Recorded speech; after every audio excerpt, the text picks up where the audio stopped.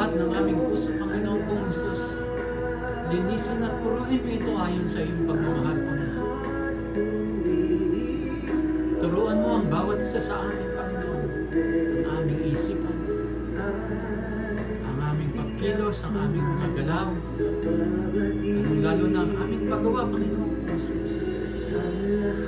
Pakadalisayan mo ito sa pamamagitan ng iyong kabutihan at pagmamahal, Panginoon. Turuan mo po ang bawat isa sa amin, Panginoon, na maging tunay na pagpapala sa iyong kabutihan. Tunay na dakila sa iyong mga mata sa pamamagitan ng aming mga malinis na paggawa, Panginoon. Malinis na pakikipagrelasyon. Malinis na paggamit ng iyong mga pagpapala, Panginoon. Layo mo po kami sa lahat ng kapamahakan, sa lahat ng hindi ka nais-nais dito sa mundo, Panginoon. Sa halip, ilapit mo po kami sa iyong mga tunay na anak na nandirito sa mundo, Panginoon. Pagkalooban mo po kami ng iyong mga anghel na siya magliligtas sa amin sa lahat ng mga pagkakataon na hindi pa namin bating at nais, Panginoon. Lalong-lalo na sa mga sitwasyon na hindi ka nais-nais. At mga kagalakan ng naandulot ay kapahamakan, Panginoon. Mga okasyon, mga sitwasyon na ang dulot ay kasalanan, Panginoon. In the name of you, Lord Jesus Christ, cleanse our hearts and minds and soul and spirit, Lord Jesus Christ.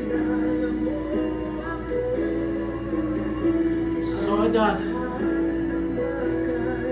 the sacrifice that you have done for us to be redeemed from the curse of sin, Lord Jesus Christ, be truly implemented in all of our lives. Hallelujah.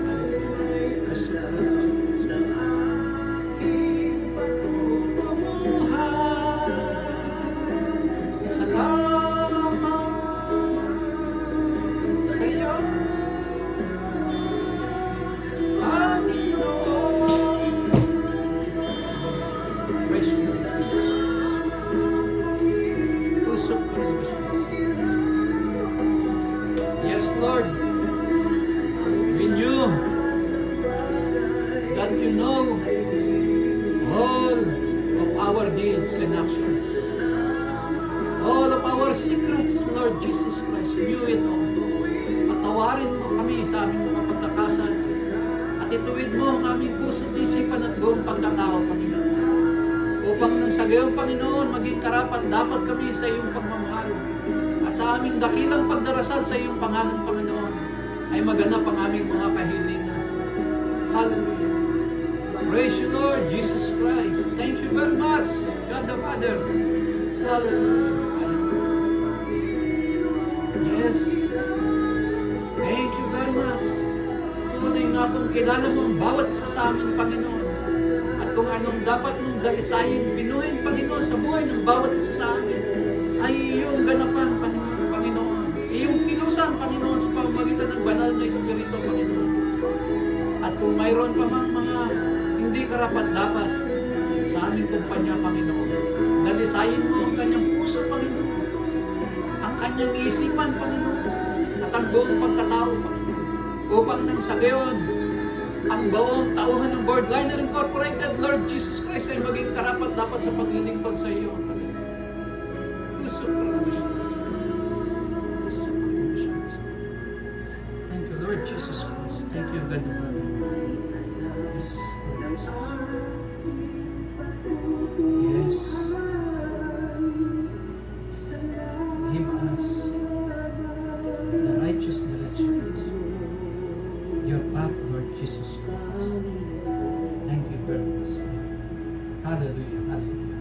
Praise God. Praise the Lord Jesus Christ.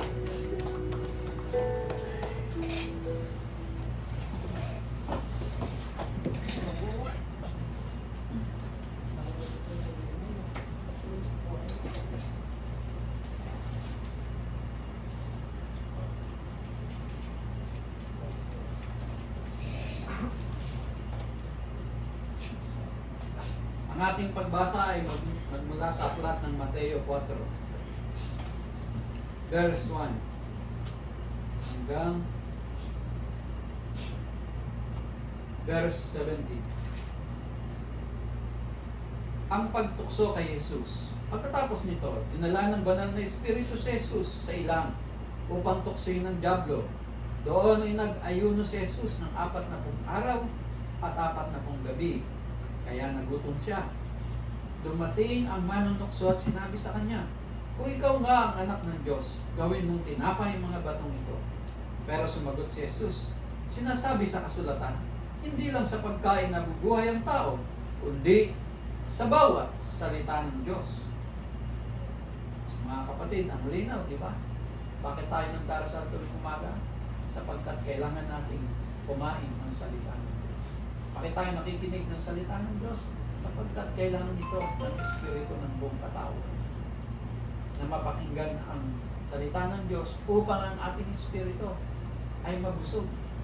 At hindi na magtagumpay ang anumang negatibong espiritu sa ating isipan. Dinala naman siya ng dyablo sa Jerusalem, ang banal na lungsod. Doon sa pinakamataas na bahagi ng templo at sinabi niya kay Jesus, kung ikaw nga ang anak ng Diyos, tumalon ka sapagkat sinasabi sa kasulatan, uutusan ng Diyos ang kanyang mga anghel na ingatan ka at aalalayan ka nila upang hindi tumama ang iyong mga paa sa bato. Pero sinagot siya ni Jesus, sinasabi sa kasulatan, huwag mong subukin ang Panginoon ng Diyos. So, kaya mga kapatid, kung naniniwala na nanampalataya tayo sa salita ng Diyos, huwag nating subukin. Paano ba natin sinusubukan Diyos? Sabi mo, Panginoon, magdasal kami sa iyong pangalan at ito yung tatrabawin pagkakaloob sa akin. Sabi mo, Panginoon, maniwala kami at ito yung magaganap. Sabi mo, Panginoon, kapag naniwala kami sa iyo, kami ay magkakaroon ng buhay na ulan. Bakit kami nagkakasakit?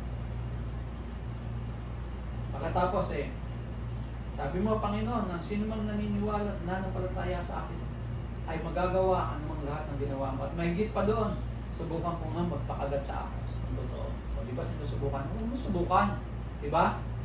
Sapagkat ang kapangyarihan at kabanalan ng banal na Espiritu mapapasa atin kung tayo gumagawa ng tunay na kabuti. Hindi yung dinedare natin. Hindi yung hinahamon natin. Kung hindi, tinatrabaho natin. Ginagampanan natin ng mabuti ang lahat ng mga relasyon, kaugnayan, pakikisama, lalo na pagtatrabaho.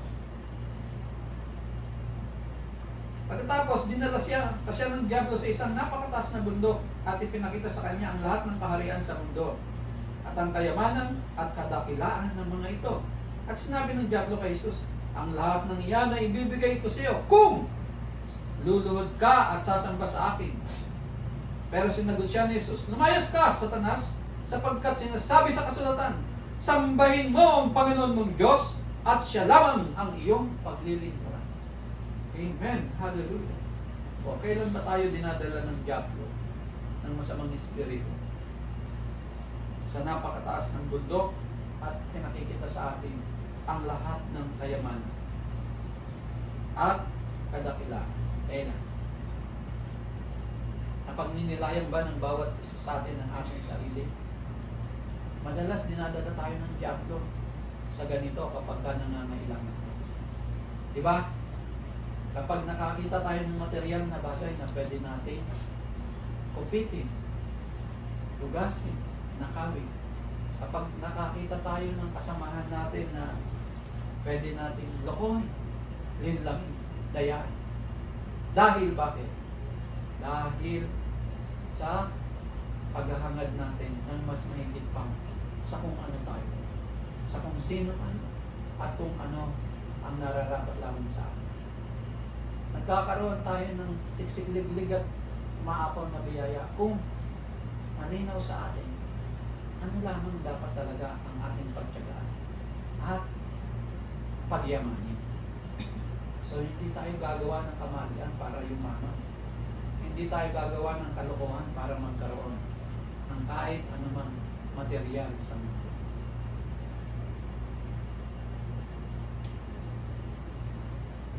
Ang lahat ng tapos pagka dumating, sabi ni Jesus, lumayas ka, Satanas, kapag dumating sa isipan natin, yung mga ganong temptations, di ba? O, andyan yung pera ni Annalyn, no? Iniwan lang sa table. Pasokonin mo na, wala naman nakakita, hindi nyo alam, may CCTV ako, kita lahat. Di ba? So, anong dapat natin sabihin pagka tinutokso tayo ng Satanas? Tandaan nyo, tinutokso tayo ng Satanas sa pamamagitan ng ating isipan. Pinapasok niya yun. Halimbawa, si Melon, nakakita ng tiks, ang ganda. Yan, ligawan mo na yan, Melon. May asawa ka niya, tanong kung liligaw pa ka. Diba? Nakakita ng mas maganda kay Ana din si Joey. Joey, ano mo si Ana rin, mas maganda yun.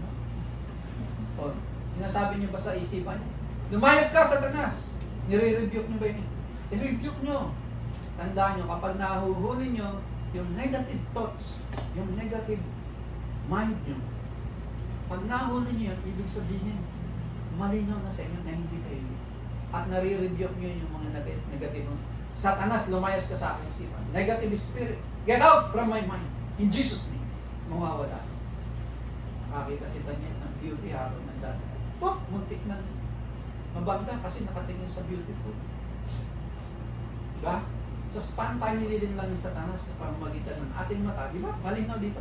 Ipinakita ni Satanas. Diba? Dinala siya sa pinakamataas ng burol. Ang lahat ng kayamanan. Ang lahat ng kadakilaan. So, ipinakita, dinadaya tayo ni Satanas sa pamamagitan ng ating mata. Subalit kung ang liwanag ng ating mata ay nagmumula sa light ng ating Panginoong Jesus, lahat ng mga pinakikita ng Satanas, natutunaw yan automatic sa pamamagitan ng ating dalisay na puso at isipan, sa pamamagitan ng ating pananampalataya sa Panginoong Jesus. Sabi ng Panginoon, sambahin mo ang Panginoon mong Diyos at siya lamang ang iyong paglilingkuran. So wala tayong ibang sasambahin, kundi ang Diyos Ama at ang Panginoong Jesus, kasama sa pamamagitan ng Banal na Espiritu. Pagkatapos nito, iniwan na siya ng dyablo. Kita nyo? Kapag nirebuke natin si Satanas, in Jesus' name, lumayas ka sa akin. Iiwan tayo ng dyablo. Dumating naman ang mga anghel ng Diyos at naglingkod sa kanya. O di ba dumarating sa atin ng biyaya kapag gumagawa tayo ng kabutihan? Amen? Di ba kapag tinatalikuran natin yung mga kasalanan natin, hindi nyo napapansin dumadating ng biyaya. Kapag nagsusumikap tayo maging disiplinado, maging mabuti at matuwid, hindi natin napapansin. Nakakapasok tayo ng maaga bago ang 7:10. Di ba? Hindi natin napapansin na pagtapos na ni Maribig ang kanyang mga anak sa kabila ng kahirapan.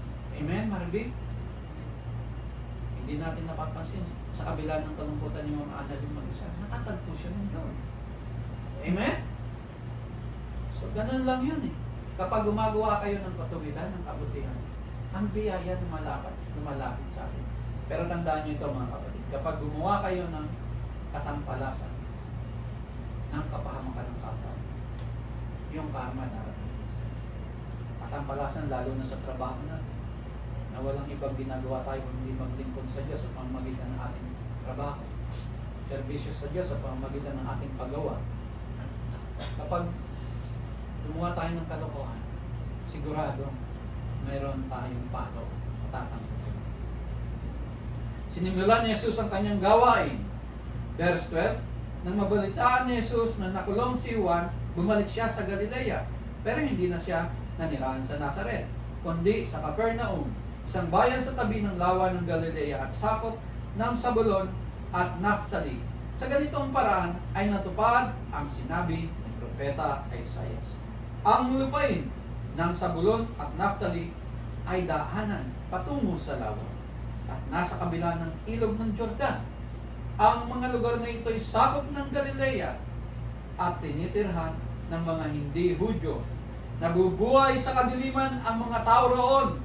Ngunit, makakakita sila ng matinding liwanag. Kahit nasa kadiliman sila at natatakot mamatay, maliliwanagan sila. Simula noon, nangaral na si Jesus at ito ang kanyang mensahe. Pagsisihan na ninyo ang inyong mga kasalanan dahil malapit na ang paghahari ng Diyos. Tinawag ni Jesus ang apat na mangingisda. Verse 18, habang naglalakad si Jesus sa tabi ng lawa ng Galilea, nakita niya ang magkapatid na mangingisda sina Simon, na tinatawag na Pedro, at Andres, na naghahagis ng lambat. Sinabi ni Jesus sa kanila, sumunod kayo sa akin at gagawin ko kayong mangingisda ng mga tao. Iniwan nila agad ang kanilang mga lambat at sumunod sa kanya. Habang patuloy sa paglalakad si Jesus, nakita niya ang magkapatid na sina Santiago at Juan ng mga anak ni Zebedee. Nakaupo sila sa mga bangka kasama ng kanilang ama at nag-aayos ng lambat. Tinawag din ni Jesus sa magkapatid. Iniwan nila agad ang bangka at ang kanilang ama at sumunod kay Jesus. Tayo mga kapatid, ilang beses na ba tayong tinatawag ng Panginoon sa araw-araw na pagdarasal natin, pakikinig ng salita ng Diyos? Sumusunod ba agad tayo? Ilang beses na natin naririnig na magsisi na kayo sa inyong kasalanan. Pinagsisisihan na ba natin ang ating mga kasalanan? Ang mga mali nating pag-uugali, ang mga mali nating gawin, ang katigasan ng ulo, ang katamaran. Pinagsisihan na ba natin? So ilang beses na tayong kinakalabit ng Panginoon, tinatawag, tinatalikuran na ba natin ang lahat ng kasamaan?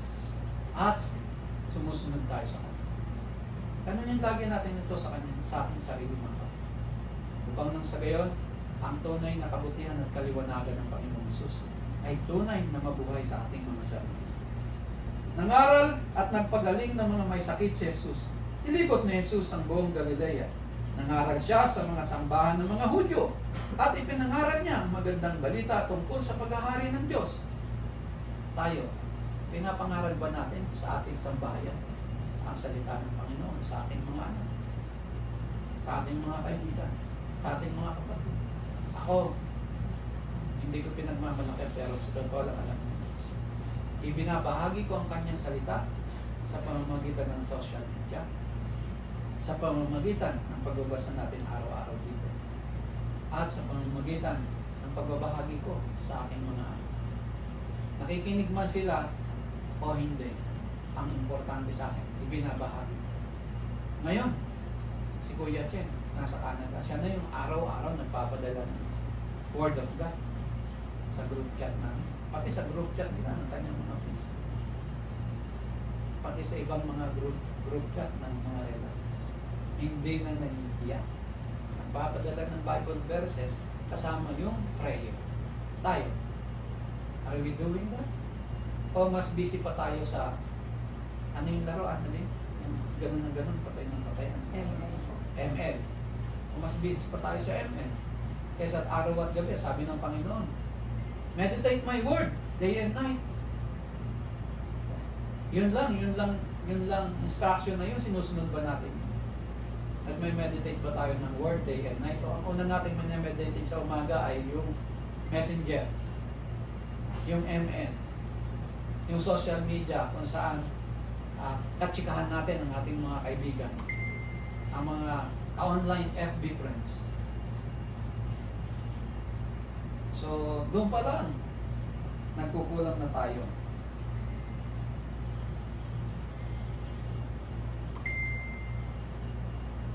Pinagaling din ni Jesus ang iba't ibang uri ng sakit at karamdaman ng mga tao. Naging tanyag siya sa buong Syria at dinala sa kanya ng mga tao ang lahat ng mga may sakit.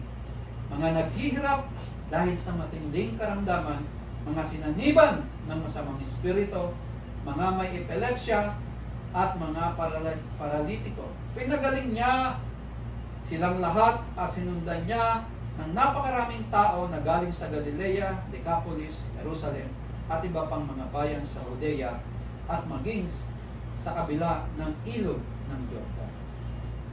Kita nyo, natakot ba ang Panginoong mangaral sa mga Hudyo? Hindi. Tayo, bakit tayo nahihiya? Hindi man tayo natatakot, nahihiya i-share ang salita. Kapag natuto na tayo at sumaatin na ang tunay na kapangyarihan ng banal na Espiritu, makikita nyo sa prayer nyo palang magagawa nyo na to. Hindi sinungaling kailanman ng Panginoon. Pag sinabi niya, you can do what I have been doing and more than this, it will be done.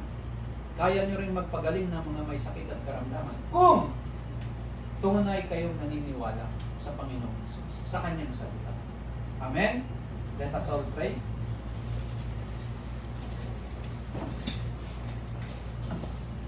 Panginoong Jesus, maraming salamat po sa biyaya at pagpapala mong ito. Sa iyong salita na napakasarap damahin, napakasarap isipin, napakasarap iselyohan sa aming mga isipan at itanim sa aming puso upang nang sa gayon ang kaliwanagan ng dakila ng pagmamahal ay tunay na sumaan at maghari sa amin. Maraming salamat po sa iyong dakilang pangaral, sa iyong dakilang salita. Naway ang bawat isa sa amin ay tunay na sumunod sa iyong mga tagubilin, sa iyong mga salita. Upang nang sa gayon, sa iyong muling pagbabalik, ay makasama mo kami sa iyong hari. Ama naming Diyos na makapangyarihan sa lahat, Panginoong Jesus, banal na Espiritu, naniniwala at nananampalataya po kami na ang lahat ng aming mga dalangin, Panginoon, ang sariling lupa at building ng Borderliner Incorporated, Panginoon po, at sariling bahay at lupa ng aking mga tauhan, Panginoon, ay magaganap at ang tangi mo lamang plano at nasa, Panginoon, ang tunay na magaganap at matutupad sa buhay ng Borderliner Incorporated, kasama ang lahat ng kanyang mga tauhan, lalong-lalo na ang aming mga anak. In the name of you, Lord Jesus Christ, this is our praise and thanks. Amen. Amen. Amen. Hallelujah.